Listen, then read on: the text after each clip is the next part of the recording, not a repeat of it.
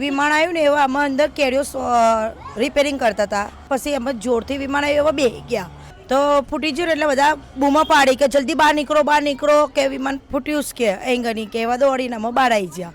અહીંયા અમારે તો એટલું જ કહેવાનું છે ખાલી કે ખુલ્લી જગ્યા કરી નાખો. અહીંયા રેસિડન્ટ રહે છે એના માટે બહુ જ ખતરો છે અને આટલા વર્ષનું મકાન જૂના છે તો કાંઈ પણ થઈ શકવાની શક્યતા છે. હજુ બી બહુ જ ડરી ગયા છે લોકો અહીંયાના અને હજુ બી કાંઈ પણ થાય એની શક્યતા છે. આ પ્લેન નીચું બહુ આવે છે ને જાય છે, એના માટે હવે આનો કોઈ રસ્તો કરો. આ 3 માળિયા બનાયા છે ને બનવાની પરમિટ નથી તો બી બનાયા છે.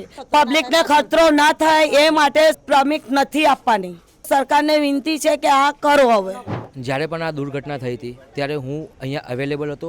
મારી આંખોની સામે આ બધી દુર્ઘટના થઈ. ઘરનું દુઃખ છે કે આવી રીતના એરોપ્લેન આવશે અને આખું ક્રેશ થશે અને આ જણાવતા મને ખૂબ જ દુઃખ થાય છે કે અંદરથી કોઈ બચાવી ના શક્યા. અમે જેટલું બનતું હતું એટલું અમે કોશિશ કરીને બધાને બહાર નીકાળ્યા.